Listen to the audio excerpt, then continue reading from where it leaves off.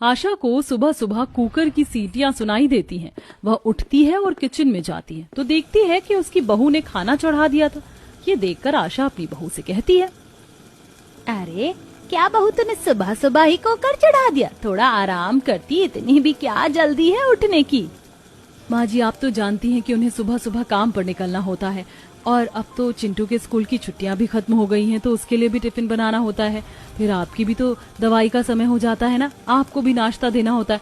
आप सभी के लिए गर्मा गर्म खाना ही ठीक रहता है, इसलिए सुबह उठकर मैं ताज़ा खाना बनाती हूँ सबके लिए ताकि सबको गरम गरम खाना दे सकूं। आशा अपनी बहू की इतनी अच्छी सोच सुनकर बहुत खुश हो जाती है और कहती है, बहू तो सबका कितना ख्याल रखती है, रोज सबको गरम गरम खाना देती है, जीती रह बहू। जहाँ एक तरफ शोभा के किचन से सीटियों की आवाज आ रही थी तो वहीं दूसरी तरफ शोभा की देवरानी जो ऊपर रहती थी उसे सीटियों की आवाज से सोने में डिस्टर्ब हो रहा था।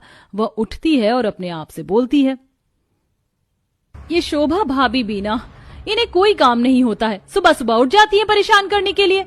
और ऐसा कहकर वह अपने सर पर तकिया रखकर वापस से सो जाती है।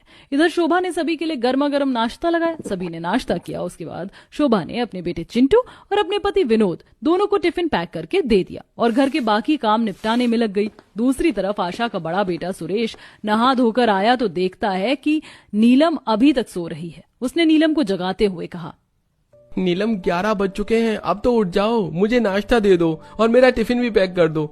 अरे मुझे जाना है, आज तो मुझे ऑफिस जल्दी जाना था, लगता है तुम्हारी वजह से फिर से लेट हो जाऊंगा। ये सुनकर नीलम नींद में ही कहती है, ओहो इतनी भी क्या जल्दी पड़ी रहती है आपको, मैं दे देती हूँ ना आपका खाना जल्दी से।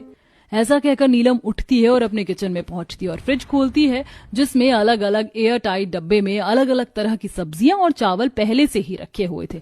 वो उस खाने को निकालती है और उसे टिफिन में भरकर पैक कर देती है और साथ ही वही खाना नाश्ते में भी लगा देती है और अपने पति से कहती है, क्या जी आप भी इतनी जल्दी करते हैं, देखिए मैंने आपका खाना पैक कर दिया और साथ ही आपका नाश्ता भी लगा दिया है।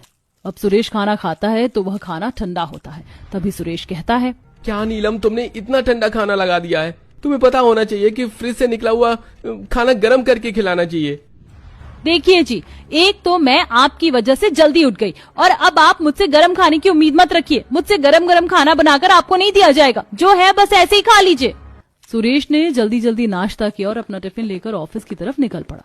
नीलम फिर से अपने कमरे की तरफ जाने लगी। तभी उसके ससुर वहां आए और बोले, अरे बहू जरा मुझे भी तो खाना दे दे, बहुत जोर से भूख लग रही है और मेरी दवाई का भी समय हो रहा है। नीलम फिर से किचन में जाती है और फिर से ठंडा खाना निकाल कर अपने ससुर को दे देती है और कहती है, ये लीजिए बाबूजी आपका खाना।